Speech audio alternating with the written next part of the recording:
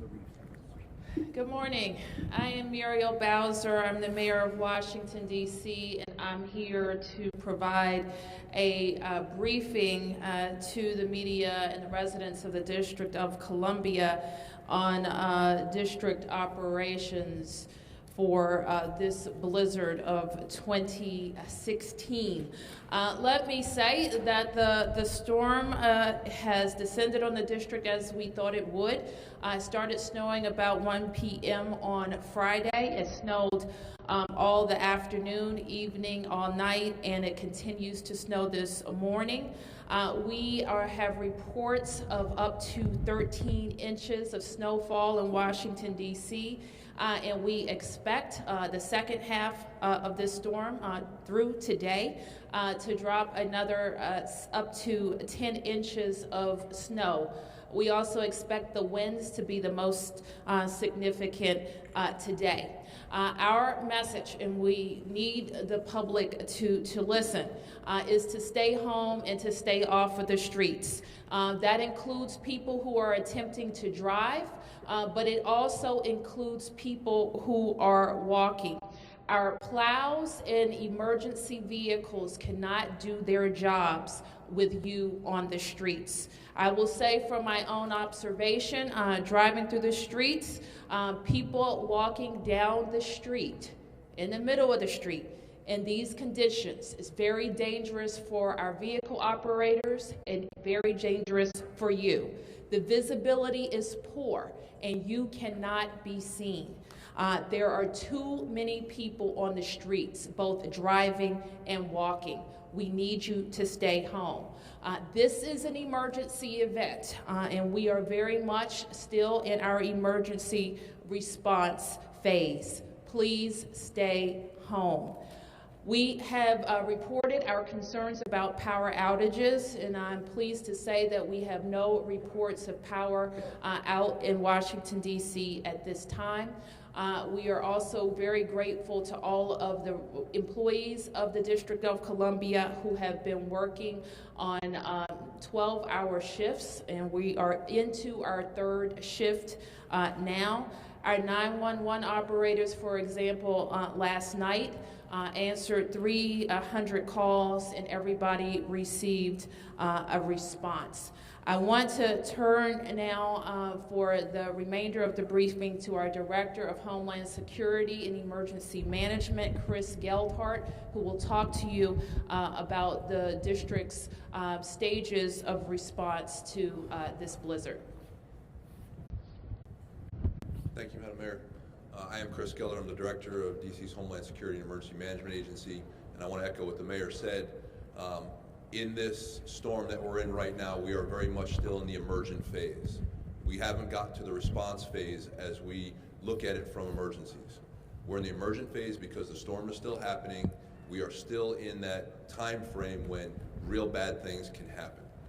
Once we get past this emergent phase, once the snow stops and the winds calm, then we will get into the response phase. And that's when we'll be looking at how we clean the city up, how we do our damage assessment, how we look at the things that we need to do to get to our recovery phase, where we'll try to get all of the snow out of the district. This is a multi-phased event. It's going to take us time to do all of that. And as we said before, we will be dealing with snow throughout the week. So again, we're in the emergent phase right now. It is still dangerous outside. It's cold. The wind is blowing. We got 50-mile-per-hour gusts, and we're still going to get at least another 6 to 10 inches of snow from this event. We responded last night with our first responders, our plows, to ensure that we can still perform the functions of the emergency services in the District of Columbia. And as the Mayor mentioned, we were successful in that. We were able to get and respond to the calls that came in for service and make sure that our paramedics, our EMTs, our police forces could get to where they needed to be last night for the residents. And that's what we would like to continue to do today. So again, to echo the Mayor, we need folks to stay off the streets so that we can continue to do that emergent phase and get to those folks that need us today. That's all I have, and we'll take questions. Yes, sir. In hindsight, would a travel ban been a good idea? You know, we have said from the beginning that we want folks to stay off the street, then to announce a travel ban, you know, that's, I don't know what more that would have got us. We're asking folks to stay off the street. We're telling folks the responsible thing to do is to allow the city services to do their job, to get to those folks that need them. I think that's what we need to do. Have you had any fatalities or injuries related to the storm so far? We have no reported fatalities from the storm so far. Chris, what do you recommend for people, even in the dark, before dawn this morning, you saw several people walking down the street, and I asked her, you know, on your way to work? Yes. Where do you work? I can't tell you. I mean, we have a lot of people in D.C. who have sensitive jobs and couldn't get in their cars and get out of those streets. What do you recommend people do if they have essential jobs and there's no public transit, no cabs, and they can't drive their car? You know, look, folks are going to have to make that decision of what they're going to do for those jobs. The federal government is closed, and the district government is closed except for essential and emergency personnel. Those that have essential and emergency jobs, as we have in the district, we ensure that we have the ability to get those folks where they need to. All of the emergency employees for the District of Columbia that have been working the 12-hour shifts, all 3 of them so far, we've gotten in and back from work.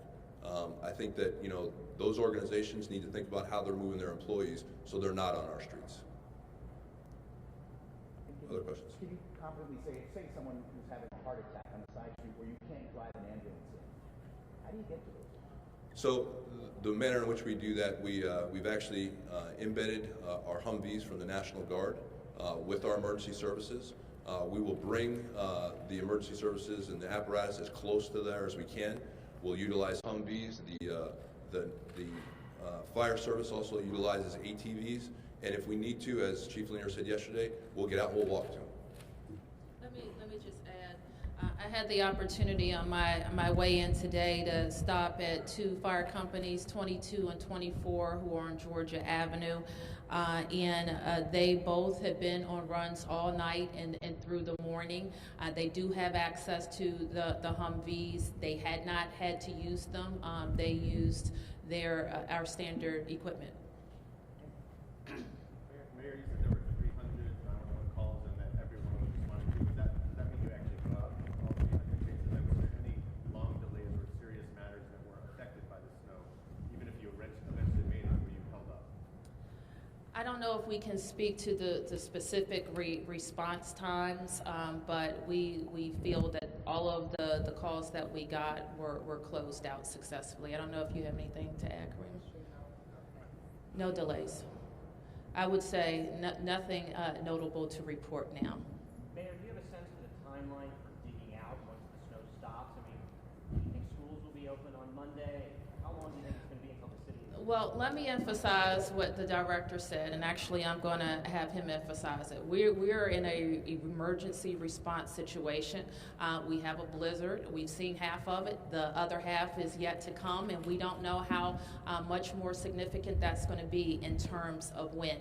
So we are very much focused on keeping our city safe and our citizens safe. That's why we want them to stay home, and that's why we have all of our snow apparatus out to keep our mains passable for emergency equipment. So Chris can say a little bit more. That's the big question, right, for everybody right now. It's a big question for us as well. We don't know what the rest of this day is going to hold for us. Plus, we're going to have winds in excess of 25 miles an hour going well through tomorrow. So even those roads that we plow when the snow stops, you've got 25-mile-an-hour winds that are going to blow snow back on them. So the question of when, we got to see when the emergency ends. We do our assessment of what we have. We look at the equipment and everything that we have, and how we're going to apply to it, and then we're going to make our assessment at that point. Do you have enough equipment? Do you feel like you have all the snow removal equipment you need? You know, we've been working since early this week to ensure that we were bringing in all the resources that we could possibly get and what we would need to respond to the event. We have the resources in hand. We're still looking for some resources. We have requests out to other states for our recovery phase. Again, we're in the emergent. We'll do the response where we're plowing and cleaning the streets, and then we'll go into the recovery phase where we're trying to get all the snow out of here. We're looking for some of the equipment, some additional equipment to speed that end part of the recovery. What kind of equipment? Snow melters? We're looking at we're looking for snow melters. We're looking for additional dump trucks. Those are the kinds of things we're looking for right now. Have you guys been in touch at all with your partners at Pepco, the fact that we've gotten through this far without any major outages, are they hopeful? Should people watching and listening be hopeful that if we've gotten this far, we're going to be okay, or are these next hours perhaps, troublesome? So about 1 o'clock last night, I was in the Emergency Operations Center with our Pepco representative when we had 1,500 people go out of power. They quickly recognized what the issue was. We had a feeder lockout situation, and they were able to rectify that within an hour. So yes, we are with Pepco the whole way. But for someone who has not lost their power, can they assume if they've gotten through this far, they'll be okay? Or Again, we're still in the emergent phase of this. It is still a blizzard outside, folks. The wind is blowing in excess of 35 miles per hour. We're getting gusts over 50 miles an hour. We're expected to get another 6 to 10 inches. Let's put that in perspective. If we didn't have the 13 inches we have on the ground, we would all still be standing here saying we're going to have a big snowstorm with 6 to 10 inches.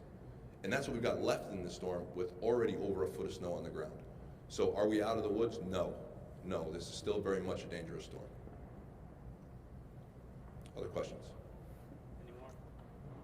Thank you. Chief, can we hear from you about how MPD has been handling the conditions and whatever kind of the types of calls you guys have been responding to? We handled a below average number of calls last night. Our response times are, believe it or not, consistent with what they normally are. I think the significant drop off in the number of calls helps us to get to our response, keep our response times up. So we've a variety of calls. We have been engaged up until about 1:30 or 2 in the morning. We had a lot of officers engaged in trying to dig people out that came out on the streets and got stuck. That seemed to drop off after 1:30 this morning, and then it started to pick back up around 6:30 this morning. There's a lot of people coming out on the roads with two-wheel drive vehicles. I can tell you right now, we're at a point now where four-wheel drive vehicles are getting stuck. So if you don't have, you shouldn't be on the street at all unless you are an emergency worker. But even with four-wheel drive, right now we are seeing people get stuck where they can't get through. And then they're making our roads impassable, so then we can't get through.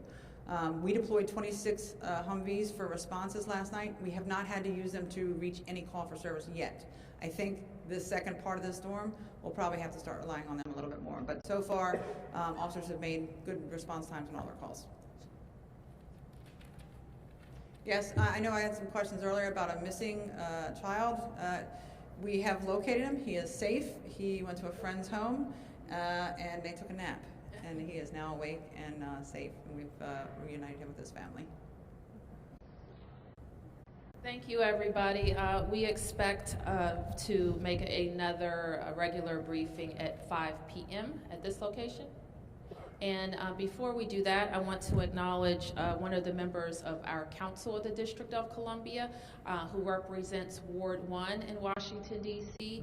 And the Reeves Center is located in Ward 1. And let me acknowledge the Ward 1 council member, Brianna Nadeau.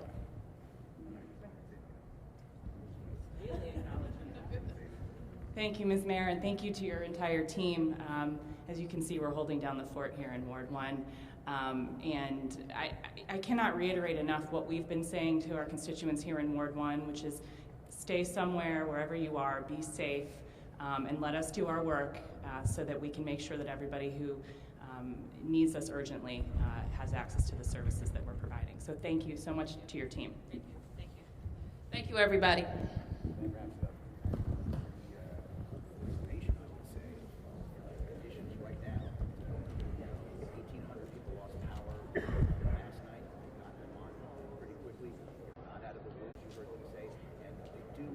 A lot of areas at least 14 and above. Georgetown, 14 inches, so everybody's in the double digits. I've only seen about a handful of reports that are not in double digits, and that's really through Calvert County, St. Mary's County. Even though you started off with a little bit of snow, it's starting to see that change over and a little bit of drier weather there as well. Lots of blowing snow, so when you do your reports, if you have your yardsticks set up, try to take into account if you see one side higher than the other, then take the lower side, because that blowing snow is really going to add up to it. Here's the one that we've seen pretty big. I think there was another report I did see about 28 inches. I'll have to go back and check on it. Smithsburg at 24 to 25, give or take, with that blowing snow. So a lot of these reports are going to be ballparks, but The official reports will come from the airports as far as the history is concerned. Leesburg 20.5 and through Gaithersburg 21 inches. Here is the latest on First Alert Live Doppler. If you have been with us since 5 o'clock this morning, I'll tell you what, this look has not changed much, and that's just only going to add on to our totals. It is 10:22, and I think we have a good 5 hours to go before we start to see things let up at all, especially for areas west of 95. You can see that area in blue. It just keeps on coming down. You still have some good snow here through parts of southern Maryland and Dale City.